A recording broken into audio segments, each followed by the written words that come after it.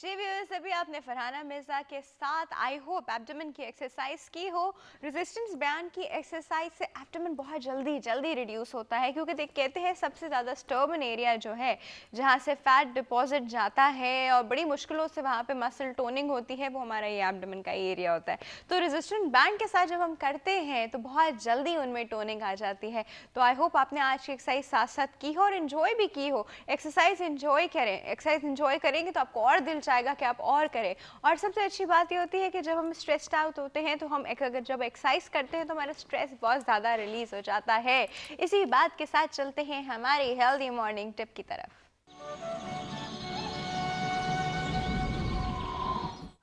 जी viewers, आज हम बात करेंगे मिड डे मील यानी लंच के बारे में। हेल्दी लंच कैसा होना चाहिए? सबसे पहले टॉप ऑफ ऑल आपको ये पता होना चाहिए कि लंच की टाइमिंग लोगों की बहुत वेरी करती है। यूजली अगर आप सुबह 7:30-8 बजे मैक्सिमम 8:30 तक ब्रेकफास्ट कर लेते हैं तो लंच का टाइम जो आपका आता है वो 1 to 2 के बीच में आता है। और यूजली ऑफिस में भी जो लंच का टाइम होता है वो 1 to 2 के बीच में ही होता है। Not for the people, not for female जो कि उठती ही 11 बजे हैं और उनका ब्रेकफास्ट जाके 12 बजे होता है, ये लंच उनके लिए हरगिज़ नहीं है। हाँ, वो ये लंच फॉलो कर सकती हैं, लेकिन फिर उनका ये डिनर और लंच जो है ये कंबाइन होगा, वन मील होगा उनका। ये they can not have two meals. ये तो हमें अंडरस्टैंड कर लेना चाहिए कि जब हम देर से सोकर उठते हैं तो हम अपना मील टाइम जो है वो एनीवे कम क्रंच कर लेते हैं। और वो क्रंच करने का तरीका ये होता है कि आप लंच एंड डिनर मिला के जब आप अपना ब्रेकफास्ट ही 12 बजे कर रहे हैं या 1 बजे कर रहे हैं तो फिर आप देखिए जाके लंच कितने बजे करेंगे, 6 बजे, 7 बजे, 8 बजे, बस वो आपका इकलौता मील हो जाएगा। अच्छा, अब हम लंच की बात करते हैं। तो सबसे पहले मैं आपको ये बता दूं कि लंच में जो कैलोरीज इंसान की होनी चाहिए वो 400 से, मैं एवरेज ह्यूमन की बात कर रही हूँ, मेल फीमेल बोथ, वो 400 से 500 से ऊपर नहीं जानी चाहिए।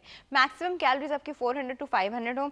इसके बाद अब जो पोर्शन आपकी प्लेट का होगा वो किस तरह होगा, अब मुझे आपको ये बताना है। या मैं आपको बिल्कुल आइडियल लंच बता रही हूँ जिससे ना आप वेट गेन करेंगे और आपकी बॉडी के फंक्शंस भी हैं वो बिल्कुल नॉर्मल रहेंगे और आप बिल्कुल एक्टिव रहेंगे। मैं आपको वैसा लंच बता रही हूँ।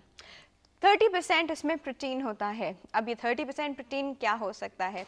प्रोटीन की मेन फॉर्म आपको पता है, हम लंच में यूजली इसको मीट की तरह यूज़ कर सकते हैं, चिकन यूज़ कर सकते हैं, फिश यूज़ कर सकते हैं, प्रॉन्स यूज़ कर सकते हैं और डेफिनेटली बीफ भी यूज़ किया जा सकता है, वो भी प्रोटीन है। लेकिन जब हम बीफ की बात करते हैं ना तो उसमें थोड़ा सा कहते हैं क्वांटिटी कम हो जाती है, क्योंकि वो ज़्यादा फैटनिंग है। वैसे यूजली 4 to 5 ounce फिश जो है आराम से ली जा सकती है। इसी तरह अगर आप चिकन का स्टेक काइंड ले लें, ग्रिल चिकन की तरह, तो वो भी बीफ की मीट की आई एम सॉरी प्रोटीन की एक फॉर्म है। तो आपका लंच का 30% गया प्रोटीन में, 30%। उसके बाद 50% किस में जा रहा है? 50% जा रहा है आपका कॉम्प्लेक्स कार्बोहाइड्रेट में। अब कॉम्प्लेक्स कार्बोहाइड्रेट में क्या चीज़ें आएंगी? वो आएगा आपका होल ग्रेन, मतलब आपकी रोटी जो चक्की के आटे की हो, वो मैदे की रोटी ना, होल ग्रेन का मतलब चक्की के आटे की आपकी रोटी हो। उसके बाद या तो आपकी वो हो, और उसके कॉम्प्लेक्स कार्बोहाइड्रेट में आपके फ्रूट्स भी आ जाते हैं जो हम सैलेड की फॉर्म में खाते हैं। सैलेड भी आ जाता है, वेजिटेबल्स भी आ जाते हैं और ये रोटी भी आ जाती है। इंस्टेड चावल जो अगर हम जब लिए जाते हैं, लोग चावल प्रेफर करते हैं, तो चावल कहते हैं कि चावल इतना खाना चाहिए जो आपके एक मुट्ठी में आए, इससे ज़्यादा नहीं खाना चाहिए एक वक्त में। हमारे यहाँ लोग प्लेट भर के और मल्टीपल सर्विंग हो रही होती है। जी, चावल आपका इतना हो जो आप एक वक्त में हाथ से उठा सको, बस ये आपकी सर्विंग होनी चाहिए और इससे ज़्यादा नहीं होनी चाहिए। इस तरह रोटी भी आपकी ये नहीं कि आपने 4 से 5 रोटियाँ खा ली, एक रोटी, यूजली एक रोटी इस इतने चावल के इक्वल। तो आप यही देख लें, अगर आपकी डाइट इतने चावल जैसी है, एक रोटी जैसी है, तो फिर आप इतना ही रखिए।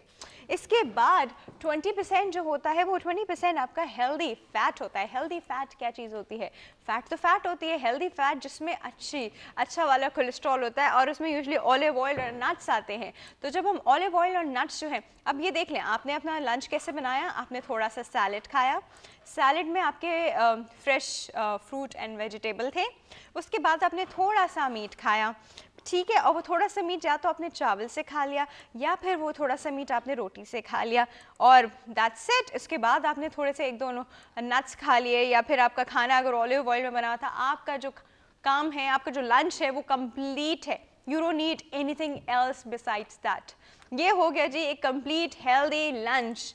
और इसी बात पे मैं सिर्फ एक टिप आपको ये देती जाऊँ कि जो आप ब्रेड का, जो हम लोग अभी कॉम्प्लेक्स कार्बोहाइड्रेट की बात करें, ये जितना कम रखेंगे उतना अच्छा है, क्योंकि लंच के बाद हमारे लेज़ी आवर्स शुरू हो जाते हैं, ज़्यादा वर्किंग आवर्स नहीं होते, वो ब्रेकफास्ट के बाद होते हैं। तो जितना आप इसके अंदर अपनी कॉम्प्लेक्स कार्बोहाइड्रेट कम रखेंगे उतना अच्छा होगा। इसी बात पे एक ब्रेक बनता है, तो चलते एक छोटे से ब्रेक की तरफ, कहीं बच जाएगा, विल बी राइट बैक।